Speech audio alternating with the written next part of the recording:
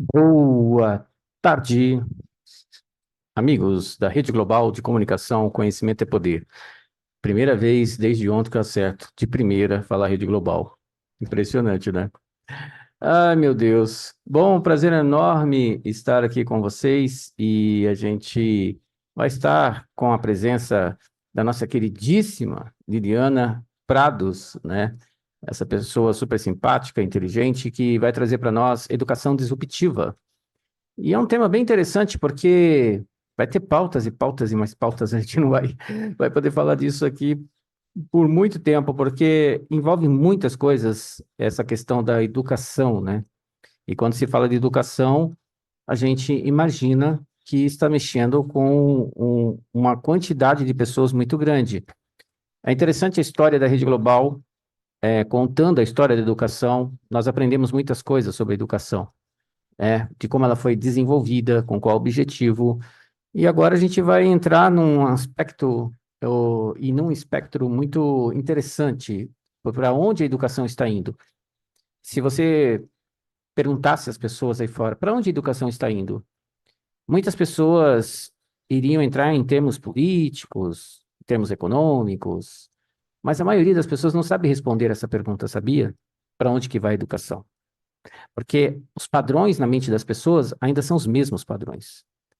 Então, essa hibridação que está acontecendo já no ensino e que tende ao desaparecimento de grande parte das escolas como as pessoas conheciam, ela vai gerar um processo que gera muitos debates. Então, eu queria dar boa tarde à Liliana, só que eu tenho que colocar você aqui como anfitriã e eu acho que eu ainda não fiz isso, então vamos fazer agora. Tem que achar você, achei. Então, vou colocar Boa aqui. Ah, não, já tarde. está como anfitriã, tá vendo? Por que que você não falou? Então, boa tarde, Aqui não tudo dá para eu bem? ver. Boa tarde, Edson. Boa tarde, nossa audiência. Hoje a gente vai falar sobre educação híbrida.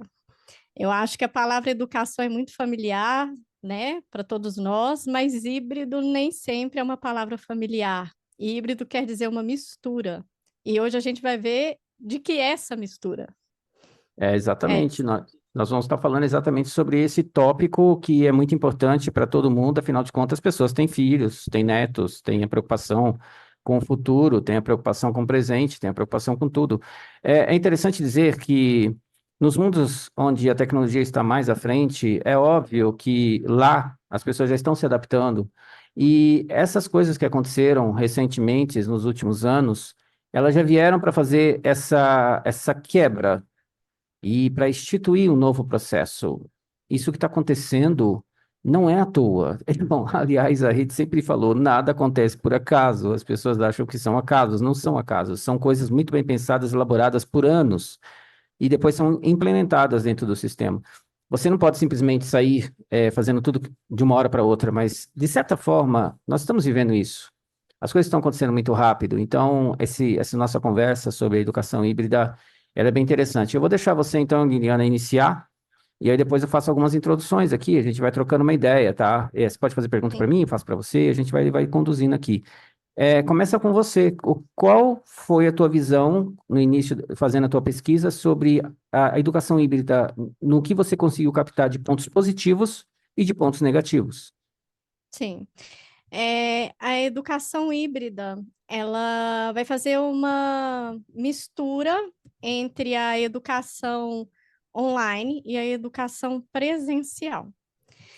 E você vai deixar o aluno em casa com uma autonomia maior no seu processo de aprendizagem, porque ele vai ter o tempo que ele escolher que é melhor para ele, para fazer determinada pesquisa, por exemplo. O professor ele pode falar, faça uma pesquisa sobre animais aquáticos.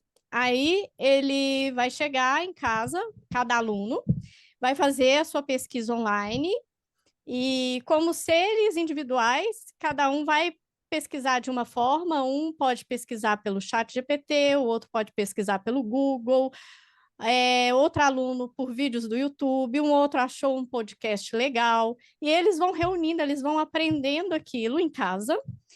E na parte presencial, vai ser um momento em que o professor vai dar uma certa atividade Pode ser um debate, pode ser diversas atividades rotacionadas em estações. E ele vai sair daquele protagonismo do aprendizado, aquele ser, aquela pessoa, aquela figura que transmite o conhecimento para o aluno, aquele detentor do saber, e o aluno ele vai se transformar no protagonista do aprendizado dele, certo? Então, você está incentivando não só ele a ser o protagonista e o autor do próprio conhecimento dele, mas nas atividades presenciais, você vai trabalhar e o professor vai avaliar também nas atividades que vão ser colocar mais aquilo em prática, ou tirar dúvidas, ou ter um debate, ou fazer um gráfico, fazer qualquer coisa, né, daquilo que eles aprenderam. E o professor vai estar observando também a comunicação, a capacidade argumentativa, a inteligência emocional, o saber ouvir, a empatia, o respeito, vai estar ensinando tudo isso, a cooperação, o processo colaborativo, tudo isso vai também ser desenvolvido. Essas habilidades e competências que são muito importantes hoje, consideradas habilidades do século XXI. Sim. Agora, é assim, você elencou uma série de situações positivas. Qual a tua visão negativa do que você observou? A visão negativa é que você vai ter instituições de ensino que não vão conseguir ter equipamentos de tecnologia propícios para isso. Há alunos que ainda têm condições financeiras que não conseguem ainda ter tantos equipamentos assim.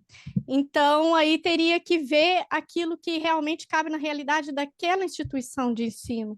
Se não pode ter um computador para cada aluno, então por que não ter uns 5 computadores e fazer uma pesquisa em grupo, dividir a sala em grupo e fazer uma rotação entre alunos em cada grupo, para que cada hora um fique na frente da pesquisa e o professor observar isso, ou pegar até o celular mesmo. Celular, geralmente, as pessoas conseguem ter em casa. Então, o celular também pode se transformar nesse processo e você ainda acrescenta um significado para a criança no celular.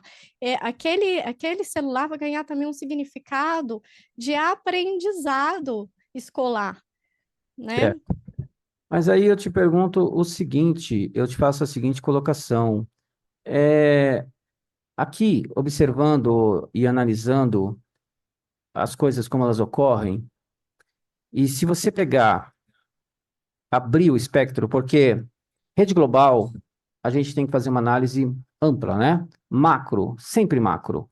Se você trouxer para o contexto micro, nós vamos estar falando das capitais que têm condições e tecnologia para dar o suporte para as escolas, mesmo as deficitárias. Você pode criar programas e até programas politiqueiros, e onde você consegue amenizar um pouco aquelas pessoas, no sentido da reclamação, no sentido de se sentirem à parte.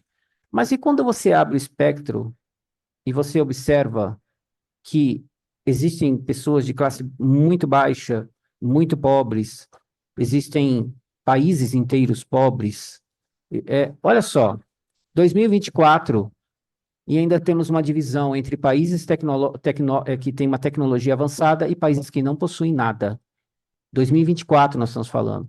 E isso demonstra claramente o que é a sociedade e o que é o ser humano de hoje, né? Isso fica evidente. Como que a gente justifica países tão atrasados a ponto de alguns nem terem energia? Como é que você desenvolve cultura tecnológica em países que nem energia têm? Olha, eu não estou falando da África só. Aqui na Amazônia, tem linhas de transmissão que passam por cima de comunidades que não têm energia na Amazônia, porque eu morei lá. Nós estamos falando do Brasil. Tem regiões no Maranhão que são extremamente pobres. Tem regiões da Caatinga que as pessoas estão lá em 1850, sabe assim? Então, quando a gente abre o espectro, eu quero dizer o seguinte: a tecnologia me parece que dentro das Torres de Babel, que são as grandes cidades, ela ainda consegue dar às pessoas algum tipo de sustentação e de algum tipo de esperança de desenvolvimento, tanto cognitivo quanto tecnológico, mas as percepções que a gente tem é assim, se você tem uma sociedade onde os direitos estão sendo retirados, onde a censura está se ampliando, onde a tecnocracia está aumentando, onde a gente tem uma mídia que trabalha no sentido de mais alienar do que ensinar, e basicamente aliena do que ensina. Se você tem um contexto tão grande de coisas em volta, você começa a perceber que isso vai criar um abismo. Ou seja, as pessoas que. Vai se criar castas. As pessoas que tiverem. Isso já existe, isso sempre existiu, isso sempre existirá. Ok. Mas me parece que essa distância vai aumentar. Porque se você retira as escolas públicas que elas estão sumindo, se você vai diminuir as escolas também privadas, porque a escola privada vai olhar para o modelo online, vai entender, e tá chegando tecnologias ainda para acelerar esse processo, como os óculos virtuais, por exemplo. Os monitores de TV, com o passar do tempo, vão sumir, vão ser óculos virtuais, porque o óculos virtual vai servir para várias coisas, desde que você entrar dentro de um contexto mais profundo, dentro da internet, da tecnologia, da internet das coisas e tudo mais, até mesmo o trabalho, com o desaparecimento de escritórios e de tudo, porque o metaverso vai se tornar a escola. Se eu pudesse te dizer qual é o futuro do ensino, eu diria para você que é o metaverso.